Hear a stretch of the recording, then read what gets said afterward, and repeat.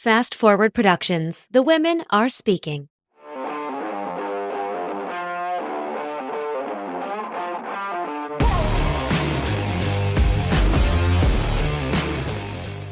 Oh my gosh, welcome back to the Unfiltered Entrepreneur. I'm your host, Ashley Pollard, with a brand new podcast, Rebrand, tagline, website, freebies, downloads. I mean, it is a new and improved motherfucker up in here. You know what I mean? Like, she got Botox and lashes and nails done. And you know what's so funny? Literally, I have none of that. And I'm just like sitting here in my sweatpants. So actually, she didn't get Botox or her nails done or her lashes done. She just like rolled out of bed and she's doing the best she can. And that's basically the essence of the rebrand, which is what I want to talk about today. I want to talk to you about why I rebranded, the strategy behind that so that you can deploy that in your business if necessary, when necessary. But I also want to talk to you about the rules. The rules are something that we are putting in place at Team AP Consulting that I want everyone to abide by.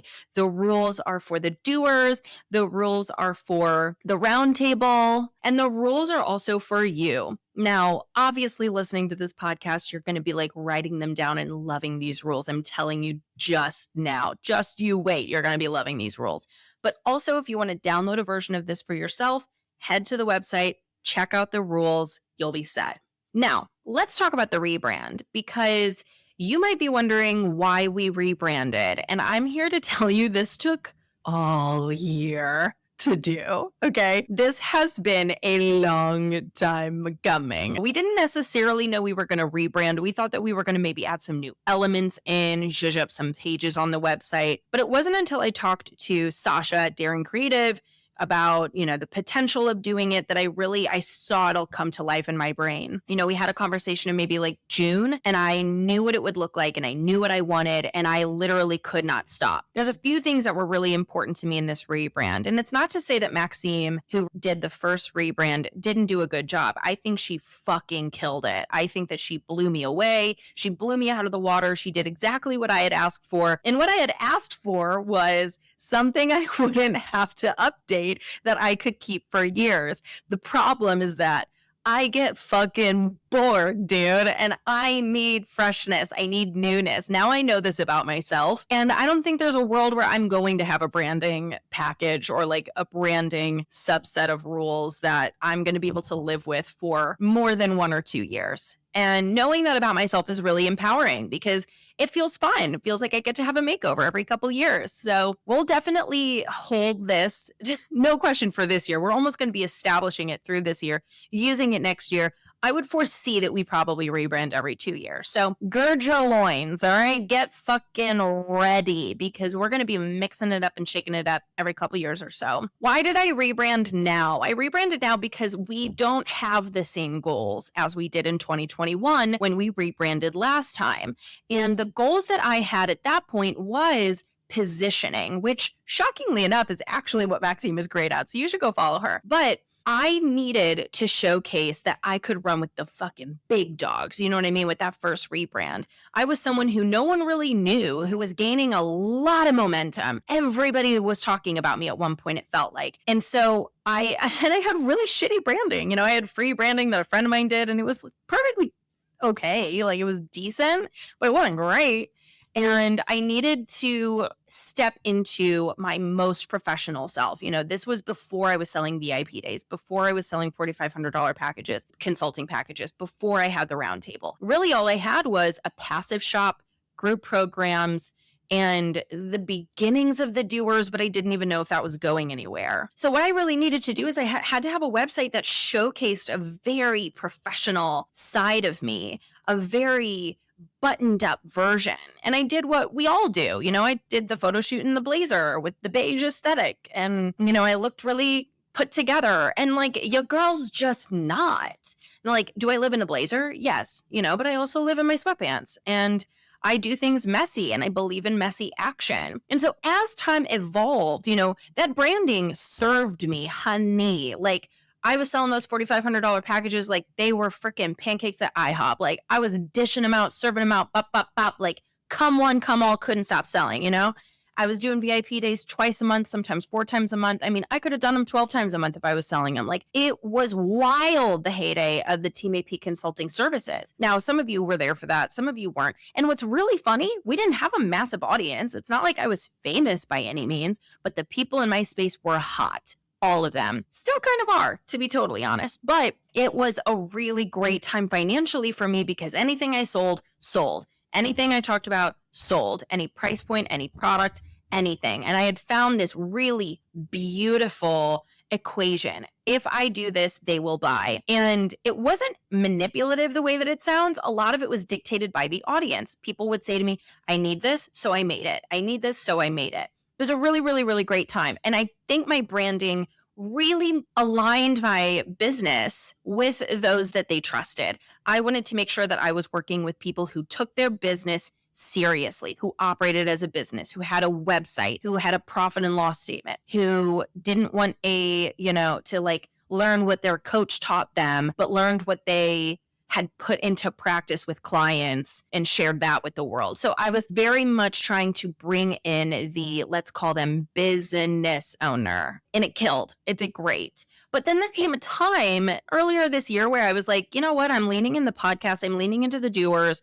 Those are really my only two things. Of course, I have the roundtable, but the roundtable sells behind the scenes without me even lifting a finger. Everybody wants to be in the roundtable. It's a phenomenal place if you want to really push yourself. So like, I don't need to sell that. I don't need to sell my personal consulting because I don't have any financial goals for it. If you want it, it's there. If I never sell a spot, no harm, no foul. I don't lose anything. So I don't really need to sell those things. I need to sell the doers and I need to sell the podcast. So from a business strategy perspective, I needed to make sure that my branding was aligned with a different goal. So instead of saying I'm very professional and I'm incredibly seasoned as an entrepreneur and as a businesswoman, I'm 35 years old and I have 13 years experience in business development. That's kind of what that first round of branding did for me. That's kind of like the message that it was there to share. But as I've gone along, what I've noticed is that people don't come to me necessarily because I'm super seasoned and because I've worked for Prada and Gucci, Rebecca Minkoff and Sam Edelman, Bethany Frankel, Brooke Shields. Like, it's not those things that people say like, I trust you, I want to work with you. I found that a lot of the appeal of being in the Team AP space is the confidence people feel from being allowed to do things imperfectly. I think that everyone in my space, if you've been here long enough, you have seen me launch 5 businesses with very little preparation, with a lot of mess, tweaking as I go, testing as I go, putting things out there, having imperfect services, imperfect pricing, tweaking, changing. I like to be that example. I like for people to see Ashley's making great money and she's doing it imperfectly, where I'm not making money because I'm trying to be perfect. You know, there's a person in my space who started her business around the same time as me, and she was growing much quicker than me at the beginning because she was speaking their language and she was doing things quote unquote perfectly. What's funny though is that she had this incredible, powerful product that she was working on for 3 years and wanted it to be so perfect. She launched it to the public and it flopped. You know why? Because no one was paying attention anymore. Whereas the Ashley Pollard way would have been launch it with them at a low price, tweak it as you go, grow, grow, grow, grow. And then you have this incredible finished product. And now what you're looking at is, we started in 2020. So I guess, almost 4 years ago, I started the business in my apartment in New York, just kind of like bullshitting around saying like, we'll figure it out. Let's see how it goes. Part of that is the rules, which I'm going to tap into here in a moment. And through the years, I've added services, I've dropped services. There are things that I've said that I'm like, oh my God, this is going to change the industry. And I've backed away from it because people didn't give a shit. There's things that sold that I had to refund people for because it didn't sell well. There are things that I've done that I personally hated. There are things that I've done that I've loved that I've doubled down on, the doers, looking at you. And so it's been a really great learning experience the past few years to really like narrow in on what I like. And a lot of you saw this as success, but what you don't realize is that a lot of it was testing. A lot of it was me throwing spaghetti at the wall. And I think that people hear that phrase, throw spaghetti at the wall, see what sticks, or try things and see what works for you. And I did that over a 4-year period, not 4 months, not 4 weeks. I did that over a 4-year period. And that kind of goes to show that like, if you don't have answers in a year keep going, keep iterating, keep testing, because it took me 4 years to really understand what my identity was as an entrepreneur, but not even an entrepreneur in the Team AP consulting space, because I do think I operate differently in dial zero versus me time versus fast forward, et cetera, et cetera. Give yourself some of that time, to be able to reinvent yourself and iterate and redesign and try on new outfits. Because now I'm sitting here today talking to you about where we are now. And I'll tell you what, this branding, this identity feels the most aligned with who I am as a human being, not an entrepreneur, like as Ashley, as the girl from St. Louis who has 3 nephews and a niece and a brother and a sister, and my girlfriends are here and they're in Miami. And I'm trying to paint a picture of like the human being, right? Because I think my last branding was what I needed to be in order to earn the kind of revenue that would push the business forward. But it wasn't me. I'm not the buttoned up girly. I'm not the one who's going to be like super polished. I don't get Botox. I have wrinkles on my forehead. I don't look great all the time. I'm always in my sweatpants. I'm not waking up at 5 a.m. every day. I'm slobbering on my fucking pillowcase, waking up at 9 a.m. and sluggishly walk into my computer to join a 10 a.m. call. And to be honest, I bet a lot of us are.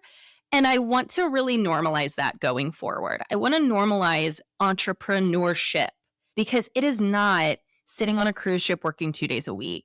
It is not moving to another country and making $100,000 a month by only working an hour a day. Can that happen? I mean, with the right team and the right money in place, maybe. It's not the standard. The standard is that a lot of us have a skill set that we want to monetize, and we earn $1,000 from our first client and we're like, oh my God, someone paid me $1,000, and we scale that to 10,000 or 20,000 or 30,000 or 50,000 even. And we get burnt out and we say I need some support. I need to find a new way. And a lot of that is done really messy, and it comes up with a lot of emotion, and it feels very vulnerable, and it feels, almost like a childhood wound is being poked. And with this rebrand, I want it to feel a little bit more chaotic. I want it to feel more like me, I want it to feel like a mix of put together in some way, but also like the girl who's chilling with her laptop on her computer laptop desk, whatever that's called, my laptop pad, watching Suits or whatever Great British Bake Off I'm watching, and doing my social media last minute, even though I relentlessly tell you to batch it. Do you know what I'm saying? I want you to be in this with me. I am not above you doing better. I definitely probably have more experience than some of you, but that doesn't mean I know more. I just have been riding the bike longer. Of course, I have a couple tricks up my sleeve. So I really want this to lean into a little bit more of those BFF older sister vibes. I don't want to be anybody's guru. I don't want anyone to think that I have all the answers. I only want to tell you what I know, and what I know works, and what I've learned doesn't work. And I'm really excited about that, because I think that there's a playfulness in this branding. There's also a decent amount of strategy within the branding that we've created. Now, really quick, a bit of a flex, because I feel really proud of this. I did the branding myself. I built the website myself. I wrote all of the copy myself. I made every single thing in the portal. All of it is made by me. And to me, I'm very proud of that. I'm very proud to have gotten to a place that I understand brand enough to do my own branding. I'm really grateful that I understood or learned the skill of website design years ago, because being able to put that into practice and build my own website has been very empowering. Starting as a copywriter in sales in the fashion industry definitely has given me phenomenal language and skill sets there for writing great copy on site. It's empowering. Every email's written by me in our automations. Everything has been done by me in this rebrand for the most part. And there's something really exciting about that. One day I will tell you about the photo shoot. I don't think I have it in me today, but the photos are another story. My point is, this rebrand feels very personal. It feels very personal. It feels very exciting. I wanted it to feel a bit messy, a bit chaotic, a little bit like There's piles of papers all over the floor, but I know exactly what everything means. You know what I mean? Like you look at a messy bathroom and you're like, it might be a mess, but I know where my eyeliner is. So that's kind of what I wanted this to feel like, organized chaos, let's call it. Now, the strategy part of this really comes into play with color and font selection and a few other things that I won't get into. First of all, I am seeing red everywhere. Some people might say like, oh, well, so-and-so's doing red and this person's doing red. And it's like, yeah, but I built this out in June. So like I was technically doing red for a while, but it wasn't live yet. No, I'm kidding. I'm being an asshole. But red is a very powerful color. I'm seeing it everywhere in brand, and knowing that we're going into like a very deep red trend. Not only are we in one right now where red is like the color of winter 2023, but I don't foresee it going anywhere. So I wanted to make sure that I was strategically kind of aligning with this like color of the moment. But with the blue, I really thought that it was like a very playful balance. I didn't want to go too warm. I didn't want to go too cool. And both of them being present allows me to play in the red and warm space, and the blue allows me to play in the cool space. Using the brown, using the fonts that we used, there's a bit of like an athletic feel to it, which is very minimal, but felt if you really take a look at it. And the reason why I felt like that was nice is because it's there enough that I do think it lends a childlike feel to it without feeling childish or immature. So that was something that I was kind of enjoying. A lot of this is inspired by brands that I'm loving and people that are setting trends in a way that I think is really important. No, I don't think it's very helpful to like copy somebody per se, but when people who shift industries are doing something, it's not a bad idea to piggyback off of that idea and find a way to make it your own, which is what I'm trying to do with this rebrand.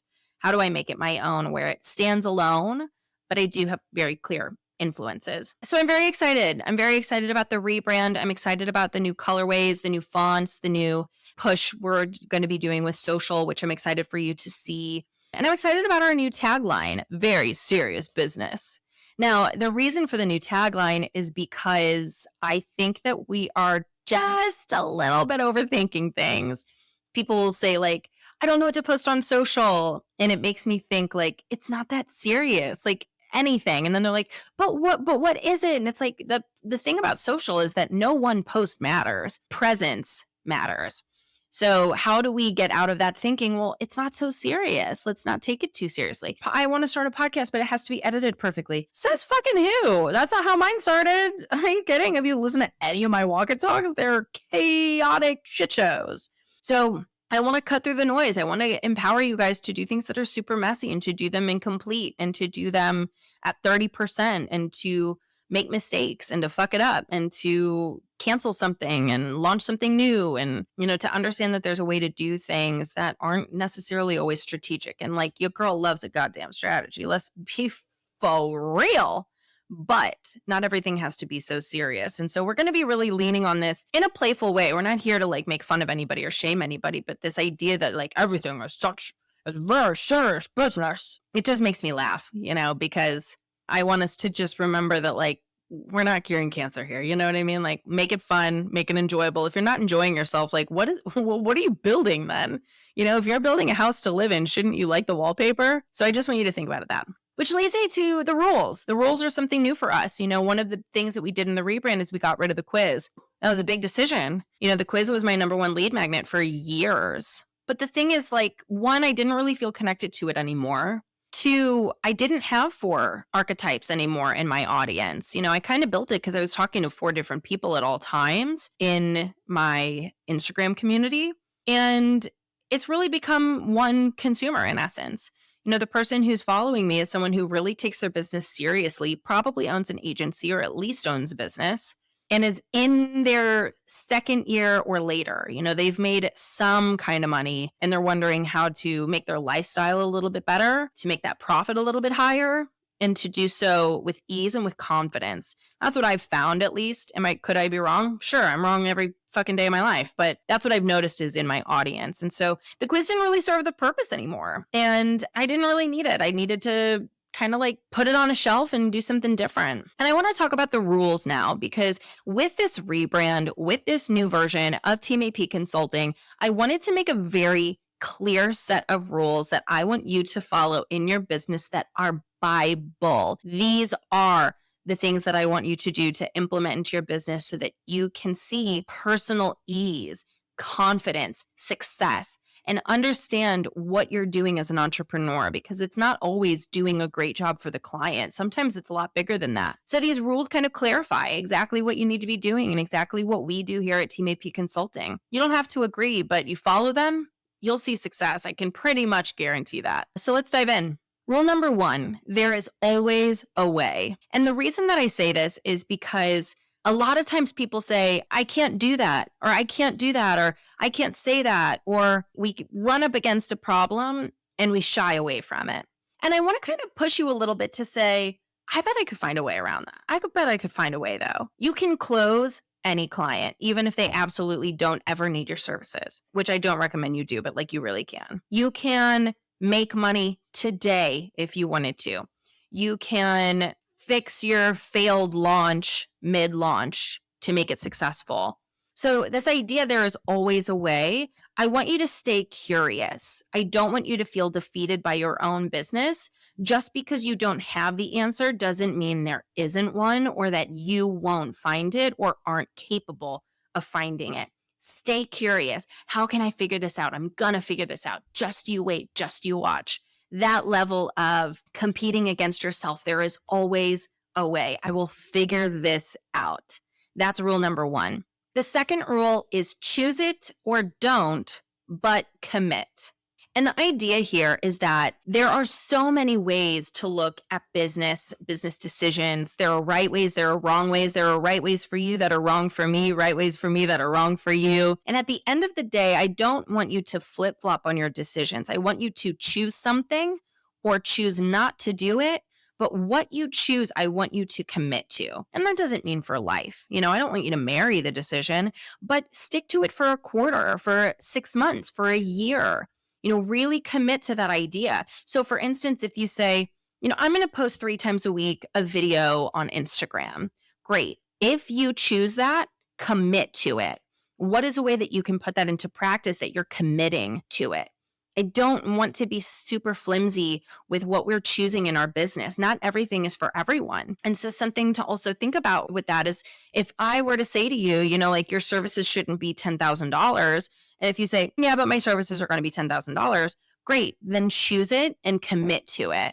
Really be clear about the strategy behind your decisions and choose them with refined execution. Have a crystal clear vision for why you are choosing that particular outcome, that decision, that choice. Have clarity, crystal clear clarity around that. Rule number 3, do what you do well. Now, here's the funny thing. I actually don't do a ton well, okay? I am a phenomenal consultant. I'm a great analyst. And I like to think that I'm a really great manager and, let's say, business developer. Outside of that, bye. I would say I would throw in copy. I'm a decent copywriter. Outside of that, see ya, okay? I'm not the best creative. I'm not the best idea generator or idea machine. I am not the most patient. I'm definitely not the most organized. And I have no detail eye whatsoever. If you have seen the paint job in the top of my office, you would know that I am not detail oriented. You know what I'm saying? So for me, I have no interest in being better at those things. And this is a little bit where therapy comes into play with all of these. Let's be totally frank. But one of the best things that I learned in therapy is that some things you're just not good at. And I could sit here and up and down promise that this is the year I'm going to be organized. Or I could say, I'm not organized. You guys go be organized for me, because I'm not going to be. I need to stay good at what I'm good at.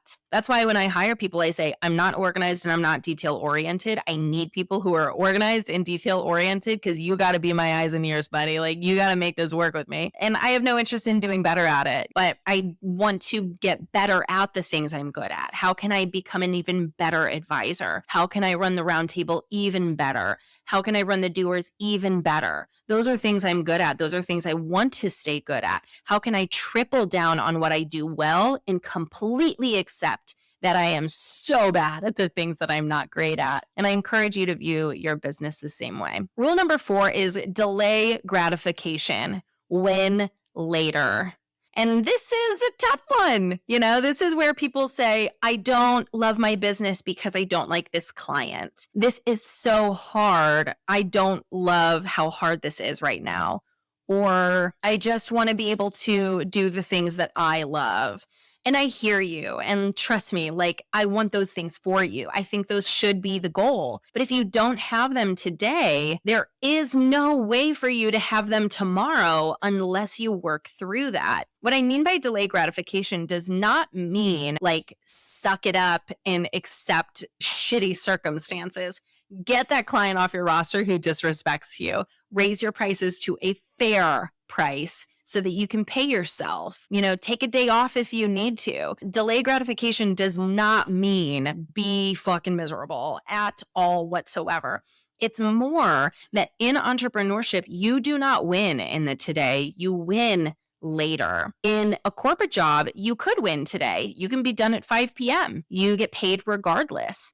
You have an escalation program of how you're going to be hired or given a raise or a promotion, et cetera, et cetera.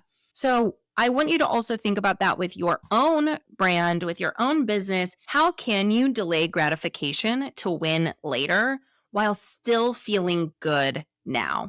One of the ways that I do this is I like to rebel. And it's something you hear me talk about a lot if you're in the roundtable. But for me, I like to rebel against the system. I like to take a long lunch on a Wednesday. I sleep in on Mondays and start at 10, and I have the whole day to myself to work on whatever feels fun, like podcasting. I tell the girls to take a day off if they're just not feeling work that day. That to me feels really good and rebellious. And, how can you find a way that you still enjoy your day to day, even though the big win comes later? One, we're trying to sell Dial Zero marketing in 2025. We're looking at closing that at about $2.5 million.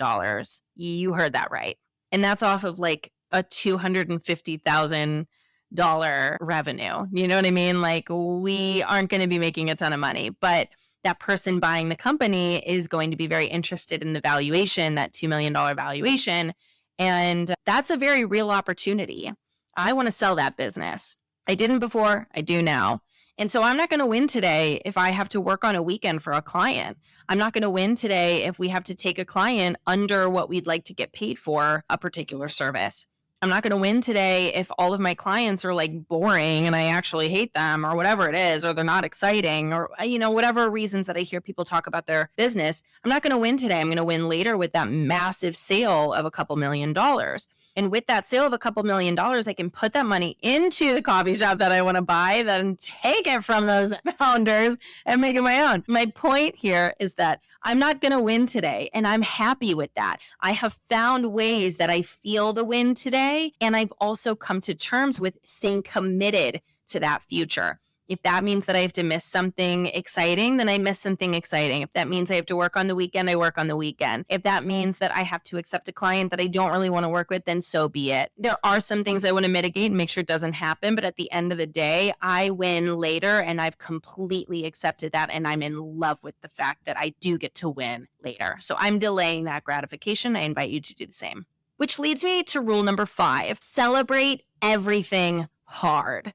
And now what I mean by that is if you're in the doers club, then you will notice anytime somebody says, oh my gosh, I have the tiniest win, but I'm so excited about it, or even the biggest win and I'm so excited about it, somebody in the group without fail will say something along the lines of, how are you celebrating? And it's something that we integrated into the community. It's now a triggered response from all of us that we immediately go, how are you celebrating? Because big or small, we have to celebrate everything as entrepreneurs. And I say that because if you are fucking mean to yourself when things aren't going well, if you're the person who, a potential lead doesn't move forward with the contract and you obsess over it for a week and you say, why me? And of course they don't want to work with me and I'm not doing a great job and I bet it's because my website sucks or whatever the fuck you're saying to yourself, then you are living so much in the consequence of that. Now, if you are going to live that deeply in the consequence of that no, that loss, I hope you are living that much in the consequence of a yes,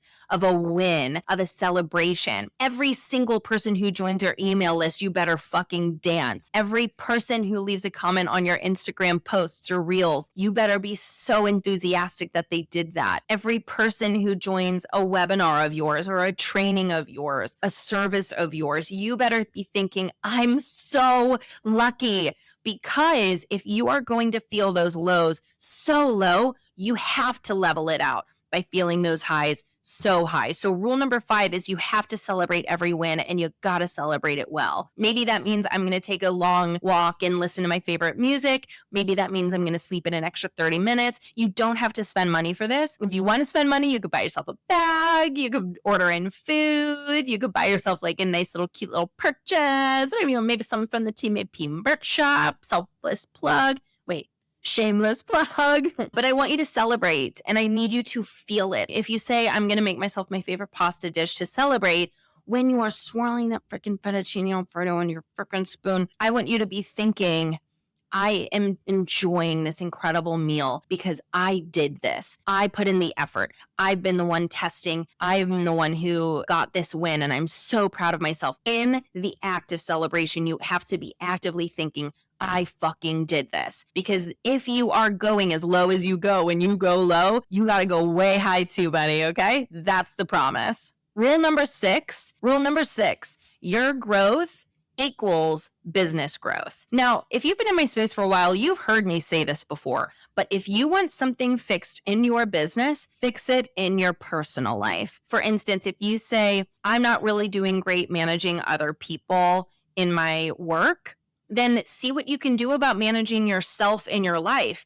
Give yourself a task, talk to yourself well, carry through that task, manage a family member, manage a friend. And not in like a manipulative way, but like have tough conversations, listen to somebody else's point of view, ask for help in a really great way. Another thing is if you're having a hard time dealing with rejection, find ways that you feel rejected in your personal life and build up tools to become somebody who deals with rejection there as well. Now, this might seem so strange. Like, why am I doing this in my personal life? I'm not trying to fix my personal life. I'm trying to fix my business. But here's the thing. If I try to fix Ashley Pollard as a businesswoman, I'm not fixing Ashley Pollard. I'm fixing me as the person in this space. But what I want you to do is take a look at what the root cause of some of these things are. Fix them in your personal life and it will carry into your business life. And there always is some sort of lesson that ping pongs and like works for both spaces, personal and business, where if you fix it someplace, it will affect your personal life in a great way. And that just carries over into the business. So take a look at the things that really emotionally trigger you in your business. Take a look at the things that you really want to get better at in your business. And I don't mean like, okay, I want to get better at building websites, so how can I do that in my personal life? But it's more like, why haven't you started it before? I'm not good at doing things that are new. Okay, well, take up ice skating, take up a hobby, like take up piano lessons, like anything to be new at something in your personal life. Because if you learn how to be new at something in your personal life, it will carry over into your business as well. Rule number 7 also kind of feeds into that idea of working on yourself. Rule number 7 is be enticed by the lifestyle, not the money. For instance, I mentioned to somebody, we're hoping to sell the agency for a couple $1 million. And they said, should I sell my agency? And it really made me concerned. The reason it made me concerned that they were so interested in selling the agency is not because it's a bad idea or because I had brought it up or whatever assumption I could jump to. The reason I was concerned is because they were excited when I mentioned a couple $1 million. There are millions of dollars to be made for everybody. Girl, don't you know it? When you get into business, you start to see how much money is circulating in the world.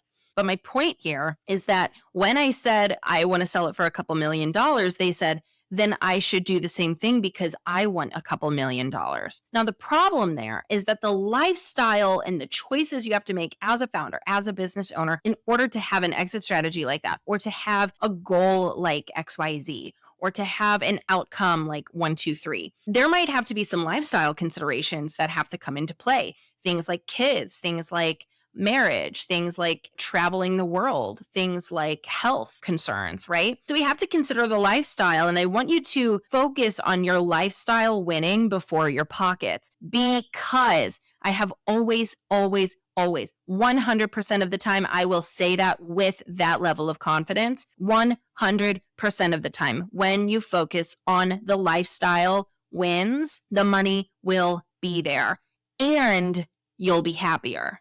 Now, if you focus on the money wins, 2% of the time, I can guarantee that you'll have the lifestyle that you want if you chase the money. And I definitely can't promise you that you'll be happy. So focus on the lifestyle wins, build a business that obviously you're going to have the money wins. But when you win with your lifestyle, the money gets way less attractive. So don't think, oh my God, Ashley's selling her agency for a couple $1,000,000. I should too. Think instead, what kind of lifestyle is she living and will she be living? And do I want that lifestyle? If so, it doesn't matter how much the money was. There are other ways to make you that money. Focus on the lifestyle goal, with revenue being the second most important factor. That way you get the lifestyle that you want. You make the money that is important to you.